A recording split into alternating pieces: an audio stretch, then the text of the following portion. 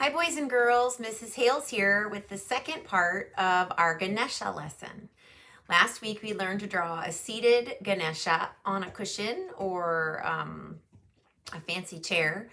And this week we are going to add some color to Ganesha. Remember, Ganesha is a Hindu god, and Hindu is a very popular religion that is practiced in the country of India, which is in Asia.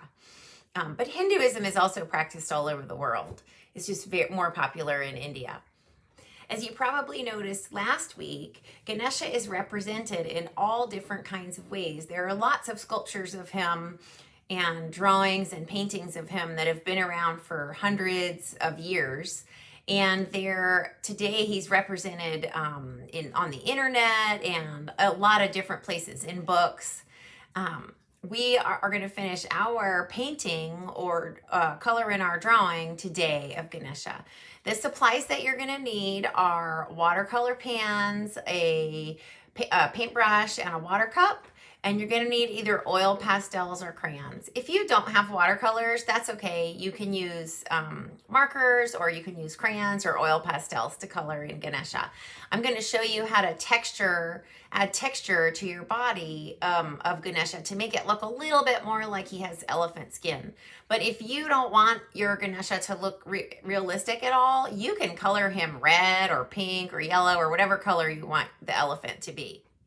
You're also going to need a paper towel kind of crumpled up to add that texture on Ganesha once we start painting. I would like you to start with coloring with whatever coloring medium you have. So crayons, oil pastels, or markers. I would like for you to color in Ganesha's headdress and his cushion and the candy bowl that he's holding, or mirror, or whatever you had him holding. I am layering my colors a lot when I'm coloring in this lotus flower on his headdress, because I think they have like yellowish and pinkish and whitish on their petals. And so I wanted to represent all those colors in my lotus flower on his headdress. I painted his body, but I'm at home and I can wait for that paint to dry. Some of you are at home, but some of you are in school, and so you don't have time to wait for his body to dry before you color. So that's why I want you to color first. Anything that you want, anything that's not Ganesha, I would like for you to color that first. Now, when you paint, you're going to mix a little bit of black in a little bit more white paint. And I'm going to mix on the lid of my watercolor pan. And I'm going to add a little bit of water to that gray as well. So go ahead and get a shade of gray that you like. Gray is a value of black or a value of white. Value means lightness or darkness of a color. So we're going to mix up a nice value or shade of gray. And then you need your paper towel as well. I needed to put white paper under here so you could see my gray color. All right, so once you get a nice gray that you like, you're going to paint a very small area of Ganesha, like let's say focus on his ear only.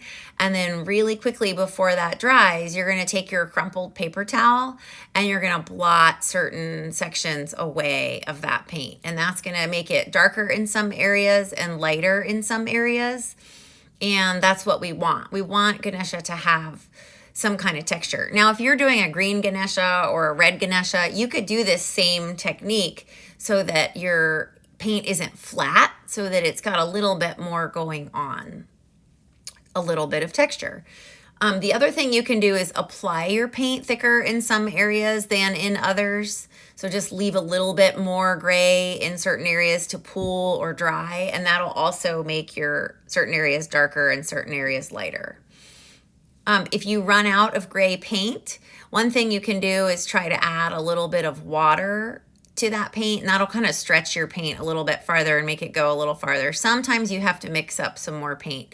You can see that this is a little bit of a darker value or shade, and I added a little bit more black. I wanted his face to be a tiny bit darker than the rest of him. I'm still going to take some of that paint away. My brush is a little bit big for this job, so I'm having to be very careful that I don't get gray paint where I don't want it. All right, so I'm gonna blot up. Another thing that you can do if you take too much paint away at a time is go back into certain areas that have already dried and go over them and leave a little bit of more gray in those areas. That would be another way to make certain areas darker and certain areas lighter. So what are the art elements do you think we're using in this project? We used line, shape, space, color. We kind of used value and texture together. If you blotted up some of your gray paint, you used texture, and you also used value if you mixed a gray, or any color if you mixed it with white. So we used value and texture. The only art element we didn't use was form, because we didn't try to make Ganesha 3D or give him any form. So fourth graders, let's review. If you didn't go over your pencil lines last week with Sharpie, you can do that today before you start to color. You can go over your pencil lines with Sharpie or black crayon if you want to. You don't have to. Then you're gonna color anything on Ganesha that you don't want to paint. And the very last thing you'll do is paint, because we want to give that paint a chance to dry and not smear it.